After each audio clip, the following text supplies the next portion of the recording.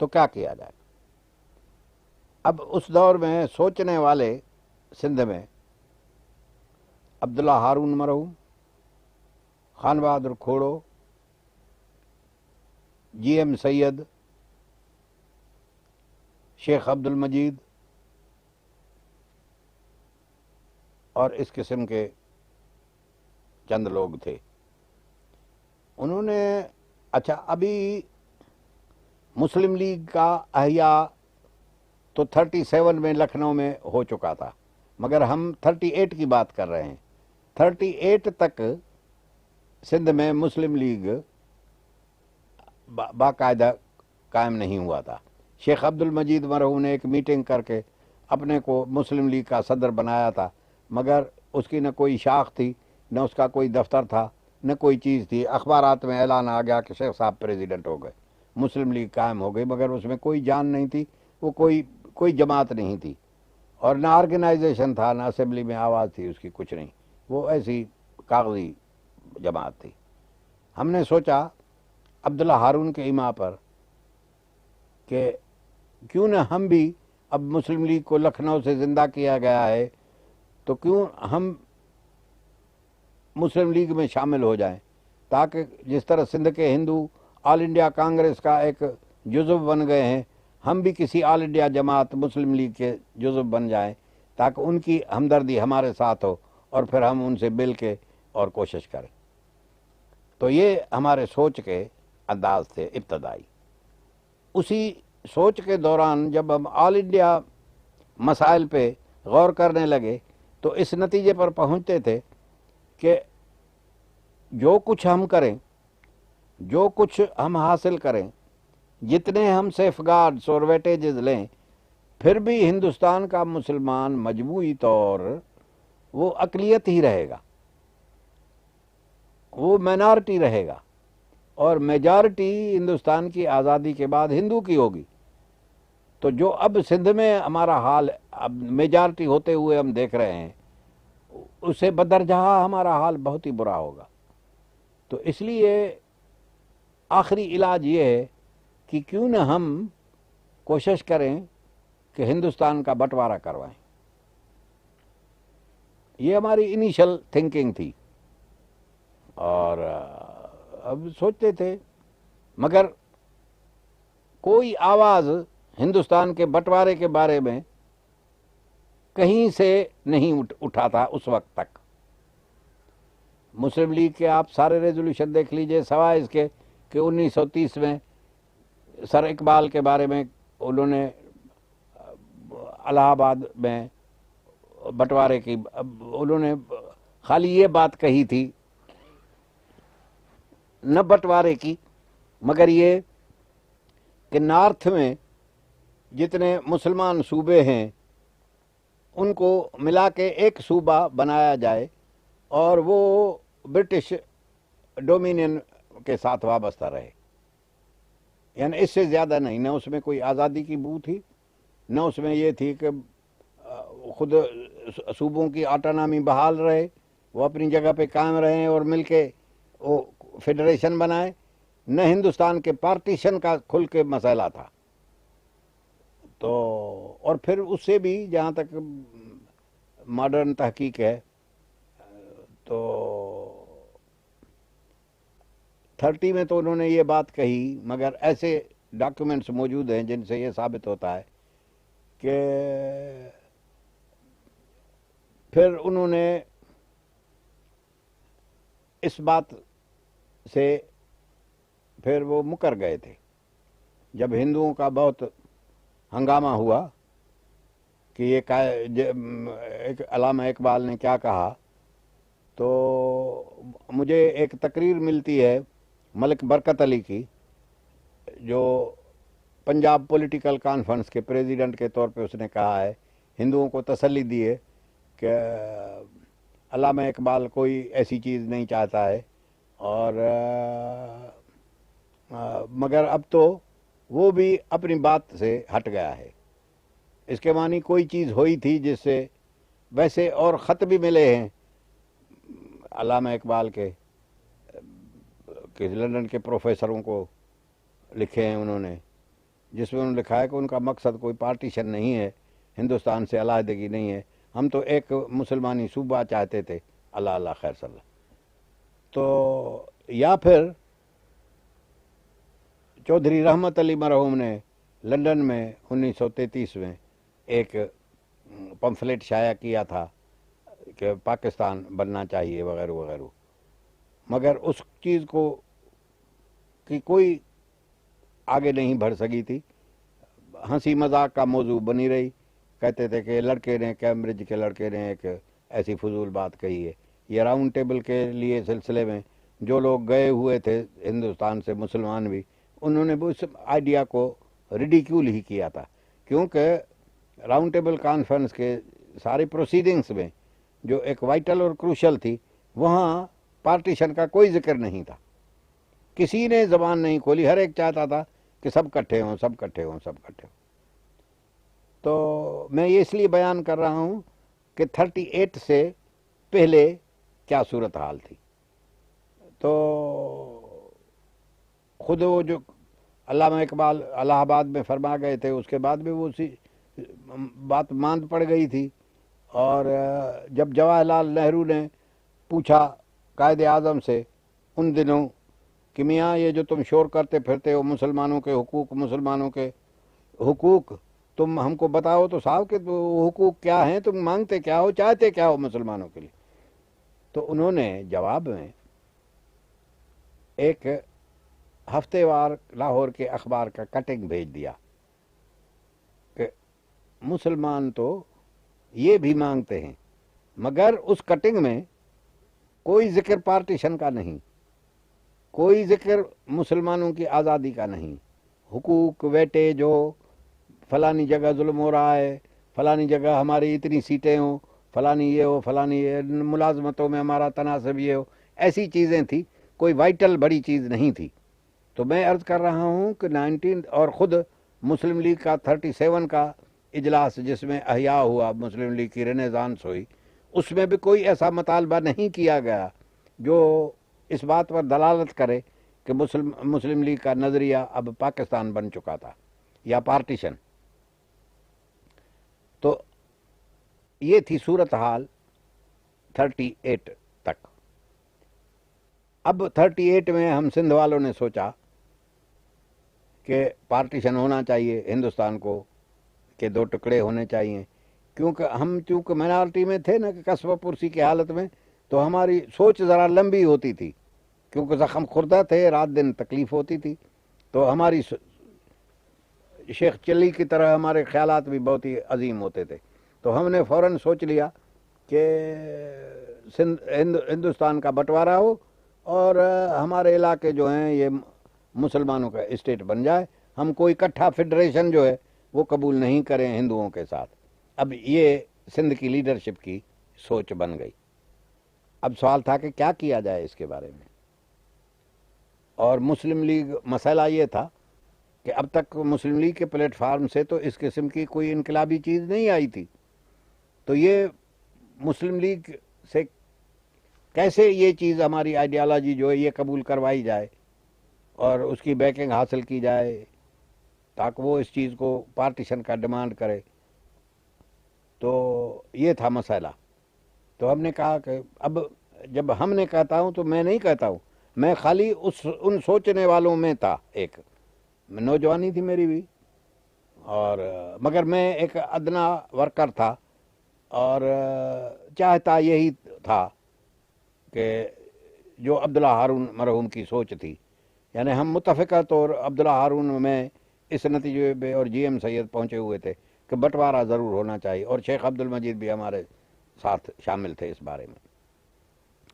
تو طے یہ ہوا کہ ہم پہلے تو مسلم لیگ کو آمادہ کریں، اور وہ اس طرح ہو کہ ہم سب مسلم لیگ میں شامل ہو جائیں پہلے تو، اس کے بعد ایک مسلم لیگ کی کانفرنس ہم بلائیں کراچی میں، اور پھر جناح صاحب کو ہم دعوت دیں کہ وہ آ کے پریزائڈ کریں، پھر وہاں ہم ایک ریزولوشن پیش کریں اور پارٹیشن آف انڈیا کی، بٹوارے کی اور جدا مسلمانوں کے ملک بننے کی بات کریں۔ اب دیکھیں کہاں تک ہم اس کانفرنس کے ذریعے جناح صاحب کو آگے لے جا سکتے ہیں، اپنی آئیڈیالوجی کی طرف پارٹیشن پہ آمادہ کر سکتے ہیں، یا مسلمانوں میں کوئی تحریک چلا سکتے ہیں، یہ سب سوچ کی باتیں تھیں۔ تو فیصلہ یہ ہوا کہ عبداللہ ہارون کانفرنس بلائی جائے کراچی میں، عیدگاہ میدان بندر روڈ میں، جہاں اب آپ دیکھ رہے ہیں کہ گدی دکانیں ہیں، وہاں یہ میدان تھا کراچی کے ہارٹ میں، اور ادھر کانفرنس بلائی جائے۔ اور 27 دن کے بعد، یہ غالباً سپٹمبر کی ابتدا تھی، اور اکتوبر کی 7-8 کو کانفرنس بلانے کے لیے ہم نے انتظام کرنا تھا، کیونکہ اسمبلی کا بعد میں اجلاس ہونا تھا۔ ہم چاہتے تھے کہ اتنا پبلک اوپینین ہم کریٹ کر لیں کہ اس کا اثر اسمبلی، سندھ کی اسمبلی کی پروسیڈنگز پر بھی پڑے، اسی لیے ہمیں جلدی تھی۔ اتفاق ایسا ہوا کہ ایک آدمی نے شرارت کے غرض سے، جب ہم اکٹھے ہوئے میٹنگ کی ابتدائی مسلم لیگ کی جو ہم نے بنائی تھی، تو اس میں کسی نے، میرے خیال میں خلوص نیت سے نہیں، شرارت سے، اس نے پروپوز کر دیا کہ سر عبداللہ ہارون چیئرمین اور پیر علی محمد راشدی اس کا جنرل سیکریٹری۔ اب اس کا خیال تھا کہ میں بھی خود سر ہوں، اور عبداللہ ہارون سے میں پہلے اس کی الیکشن میں اس کی مخالفت کر چکا تھا، اور تو اس لیے شاید ہماری بات نہیں بنے گی۔ اس کو یہ معلوم نہیں تھا کہ ہمارے تعلقات تھوڑے بہت ایسے بول چال کے ہو گئے ہیں۔ تو میں نے تو سیدھا اوپر اٹھ کے عبداللہ ہارون کے آفس میں گیا، جیسے یہ فیصلہ ہو گیا، ہاں ہاں ہاں ہاں، کہ عبداللہ ہارون چیئرمین اور علی محمد اس کا جنرل سیکریٹری کانفرنس کے ریسیپشن کمیٹی کا۔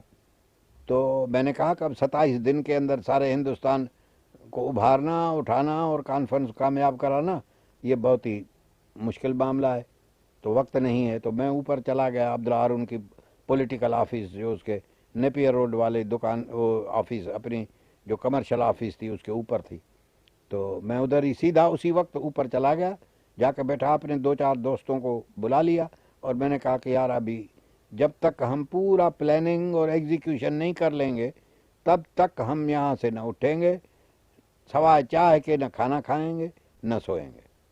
تو 2-4 ایک نوجوان اس میں جن میں جذبہ تھا، وہ میرے ساتھ وہیں بیٹھ گئے، اور ہم نے یہ سارا، یعنی اس کا اندازہ آپ اس سے کریں گے کہ جب 1.5 دن کے بعد عبداللہ ہارون اپنے نیچے کے آفس میں بیٹھا، تو میری طرف سے 100 خطوط دعوتوں کے سگنیچر کے لیے ان کے سامنے رکھے گئے۔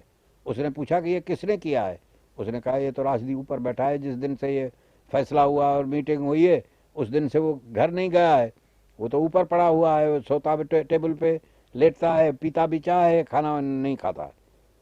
تو عبداللہ ہارون بیچارہ لڑکھڑاتا وہ اوپر آیا، کہنے لگا کہ میں تمہارا بڑا شکر گزار ہوں، تم تو بڑے کام کے آدمی ہو، اور انشاءاللہ ہم ہندوستان کی پارٹیشن، اگر یہ جذبہ ہے تو ہم پارٹیشن کرا کے رکھوا دیں گے۔ میں خیر وہ کانفرنس کا اہتمام اس پیمانے پہ ہوا کہ میرے خیال میں شاید ہی اس قدر کوئی کامیاب پروونشل مسلم لیگ کی کانفرنس تب تک ہوئی تھی۔ یعنی میں کیا عرض کروں، آپ اس دور کے اخبارات کھول کے دیکھیے کہ اکتوبر 38 میں جو کراچی میں کانفرنس ہوئی مسلم لیگ کی، اس کی کیا شان تھی، کیا جلوس تھے، کیا پنڈال تھا، کیا لوگوں کی وہاں موجودگی تھی، کیا شان تھی، کیا پروپیگنڈا ہوئی ہے وہ۔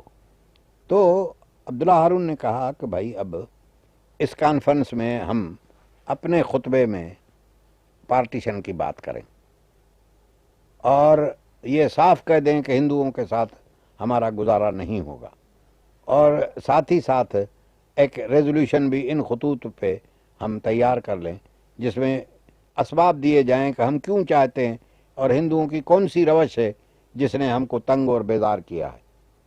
تو فیصلہ ہوا کہ یہ کام بہت ہی نازک ہے، اور بہت ہی اہم ہے. تو اس لیے مولانا غلام رسول مہر ایڈیٹر انقلاب کو، جو بڑے سلجھے ہوئے سیاستدان اور اخبار نویس تھے، ان کو بلایا جائے. اور یہ ایڈریس عبداللہ ہارون کا وہ جو مدلل ہونا تھا، اور اس میں سارے انڈیا کے اس وقت دور کے پالیٹکس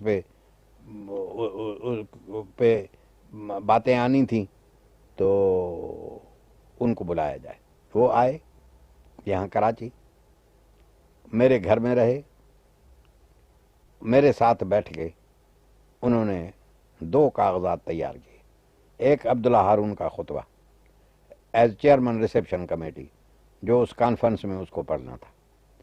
دوسرا آپریٹو پارٹ اس ریزولوشن کا جو شیخ عبد المجید کو پیش کرنا تھا، اور جس میں پارٹیشن کا تقاضا کرنا تھا، اور کہنا یہ تھا کہ ہم کو جوائنٹ 35 کا فیڈریشن جو گورنمنٹ آف انڈیا ایکٹ نے دیا ہے وہ ہم کو منظور نہیں ہے، اور ہم ہندو کے ساتھ اکٹھا نہیں رہنا چاہتے. تو مسلم لیگ اپنا کانسٹیٹیوشنل پروپوزل ایسے بنائے جس میں ہندوستان کے مسلمانوں کا چھٹکارا ہو.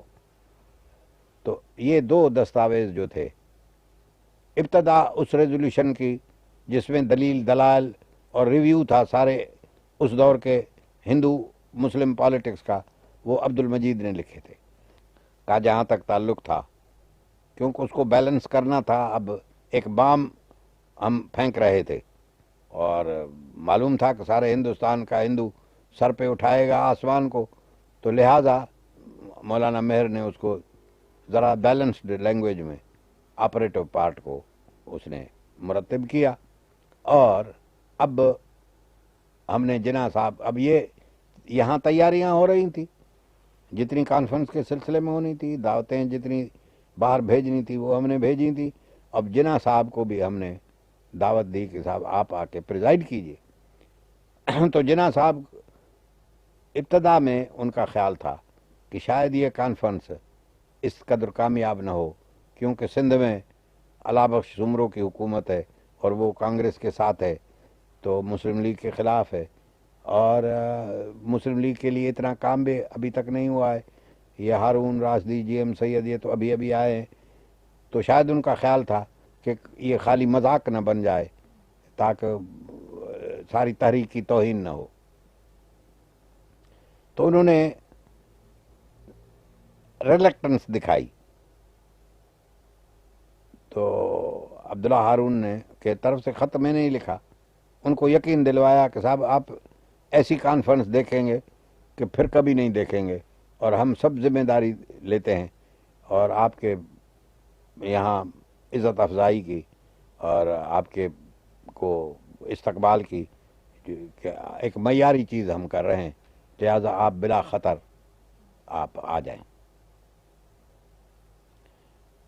آخر انہوں نے قبول فرمایا کہ میں آؤں گا. علا بخش حکومت نے انتظام یہ کیا کہ جناح جس گاڑی میں بمبئی سے آئے، وہاں ان کے کچھ آدمی ڈھورو نارو اسٹیشن پہ پتھر پھینکے ہوئے جناح صاحب پر. وہ لوگ پھر لیگ کی ٹکٹ پہ، پھر وہی جب لیگ کا زمانہ آیا تو بڑے بڑے مناصب پہ وہ فائز ہوئے، ان کو ہی ملے. مگر اس وقت پتھر پھینکے قائد اعظم پہ، 2-4 پتھر پھینکے، اور جناح صاحب حیدرآباد پہنچے. ہم نے ادھر سے اسپیشل ٹرین کا بندوبست کیا تھا، اوپر سے جہاز اڑتے آئے، نیچے سے اسپیشل ٹرین جناح صاحب کی آئی، اور ایسا استقبال ہوا کہ کراچی کے مسلمان گویا کوئی گھر میں نہیں بیٹھا، سارے نکل آئے راستوں پہ. اور اتنا پروپیگنڈا ہم نے انٹینسو کیا تھا، اور ایسا جلوس پھر کبھی مسلم لیگ کی تاریخ میں نکلا ہی نہیں. یعنی خشکی پہ کشتیاں چلائی گئیں، اونٹ چلائے گئے، موٹر چلائے گئے، ہوائی جہاز چلائے گئے، خدا جانے کیا کیا. تو جناح صاحب یہاں تشریف لائے. تو وہ کانفرنس کے سارے انتظامات اس طرح کامیابی سے کیے گئے کہ جناح صاحب مرحوم نے مجھے بلا کے، کیونکہ میں جنرل سیکریٹری تھا اس کا ریسیپشن کمیٹی کا، اور سارا انتظام میرا کیا ہوا تھا، تو بلا کے کہنے لگے کہ gentlemen, you have performed a miracle. اب جناح صاحب کی کمپلیمنٹ دینا ایسی آسان بات نہیں ہوتی تھی، خصوصاً وہ اتنے ایگزوبرنٹ نہیں ہوتے تھے. بہرحال ان سے نہیں رہا گیا، انہوں نے کرم فرما کر یہ سرٹیفکیٹ دے دیا. گو کہ میں نے یہ سرٹیفکیٹ کبھی استعمال نہیں کیا ہے اور آج ہی پہلے مرتبہ یہ بات عرض کر رہا ہوں. تو وہاں اب جب جناح صاحب یہاں پہنچ گئے تو ہم سہم سہم کے اور ڈر ڈر کے قدم اٹھا رہے تھے کہ کہیں یہ اتنی ریولیوشنری پارٹیشن کی بات کرنی کہیں جناح صاحب کے مزاج پہ گران نہیں گزرے، کیونکہ آج تک انہوں نے اس مسئلے پہ اپنے کو کمٹ نہیں کیا تھا، نہ اس قسم کا کوئی حوالہ یا اشارہ کبھی اپنے تقریر میں دیا تھا. تو اب یہ یکایک جو ہم یہ کریں گے تو خبر نہیں ان کا ری ایکشن کیا ہوگا. تو ہم نے وہ ریزولوشن کے ڈرافٹ، کیونکہ وہ ان کو پریزائڈ کرنا تھا، تو ہم نے ان کو ان کی ڈرافٹ دے دیے ریزولوشنس کی. ان میں یہ ریزولوشن بھی عبد المجید کا جو تھا یہ بھی ریزولوشن تھا. تو ہم نے میں نے عبداللہ ہارون کے یہاں ٹھہرے ہوئے تھے اور عبداللہ ہارون میرا چیئرمین تھا، میں جنرل سیکرٹری تھا. تو وہ کچھ معلوم یہ ہو رہا تھا کہ ان کو وہ ریزولوشن جو ہے اس کی سنگینی اور گرانی انہوں نے محسوس کی، اس لیے وہ انتھوزیاسٹک نہیں تھے. عبداللہ ہارون اور ہم گھڑی گھڑی مشورہ کرتے تھے اور اس کا چہرہ دیکھتے رہتے تھے کہ ریزولوشن پڑھنے کے بعد قائد اعظم کے چہرے کی کیا کیفیت بتا رہی ہے. وہ کھل کے تو بات کرتے نہیں تھے، مگر ہم نے پھر احتیاطاً یہ کیا کہ جب سیشن کھلے، اب اس سیشن میں یہ بھی بتا دوں کہ سندھ کے ہندوستان کے زیادہ تر سارے اکابر لیڈر جو تھے وہ آئے تھے. مولوی فضل الحق چیف منسٹر بنگال، سر سکندر حیات چیف منسٹر پنجاب، سر سعد اللہ چیف منسٹر آسام، غرض جتنے بھی مسلم لیگ کے ہائی کمانڈ کے ممبر تھے اس زمانے تک، راجہ صاحب محمود آباد، فلان فلان فلان، حیدرآباد دکن کے ڈیلیگیشن، یہ سب شریک ہوئے تھے. تو ہم نے احتیاطاً یہ کیا کہ پہلے تو ہم بام پھینک دے، پھر جو ہو تو ہو، پھر قائد اعظم راضی رہے یا ناراض رہے یا ان کا ری ایکشن کتنا سیریس ہو کتنا سخت ہو. تو یہ ریزولوشن ہم نے عبد المجید کی صدارت میں پیش کیا جب جناح صاحب کراچی کلب کی ایک پارٹی میں تشریف فرما تھے. ابھی وہ نہیں پہنچے تھے پنڈال میں کہ ہم نے شیخ عبد المجید کو بٹھا کے اور چیئر کی طرف سے یہ ریزولوشن جو کنٹروورشل تھا اباؤٹ پارٹیشن آف انڈیا، یہ ہم نے دھڑا دھڑ وہ پاس کروا کے، اور اخبارات والے جو نیچے بیٹھے ہوئے تھے میں نے ان کو کہا کہ بھائی یہ تو غضب ہو گیا کہ یہ تو ہندوستان کے بٹوارے کی بات اور پاکستان کی بات ہو گئی، اب یہ تو بڑا غضب ہو گیا، ہم اس حد تک جانے کے لیے تیار نہیں تھے. یہ میں نے خالی حکمت عملی کی بنا پہ ان کو چھیڑنے کے لیے، تاکہ وہ جلدی سے جا کے اور اپنے اخبارات میں اس کے خلاف لکھیں، کیونکہ وہ جس تناسب سے اس کے خلاف لکھیں گے اس تناسب سے مسلمانوں میں اس سوال کے بارے میں دلچسپی پیدا ہوگی اور ان کی ہمدردی ہمارے ساتھ ہوگی اور خود قائد اعظم بھی متاثر ہوں گے. تو ڈیلی گزٹ کے ایڈیٹر، سندھ آبزرور کے ایڈیٹر، ہندواسی کے، ہندو کے، سب ہندوؤں کے پریس تھے، ہمارے پاس تو کچھ نہیں تھا. تو میں نے ان کو کہا کہ بھائی یہ تو غضب ہو گیا.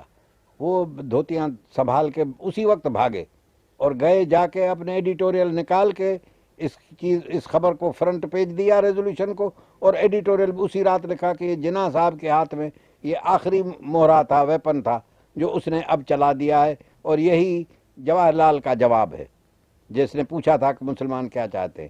اب جناح نے یہ جواب کراچی کانفرنس کے ذریعے دلوایا ہے کہ ہم پارٹیشن چاہتے ہیں انڈیا کی، اس قسم کی. تو یہ چیزیں دوسرے دن صبح کو اخبارات میں آ گئیں فرنٹ پیج پہ. تو خدا کے فضل سے جناح صاحب کا موڈ ٹھیک رہا اور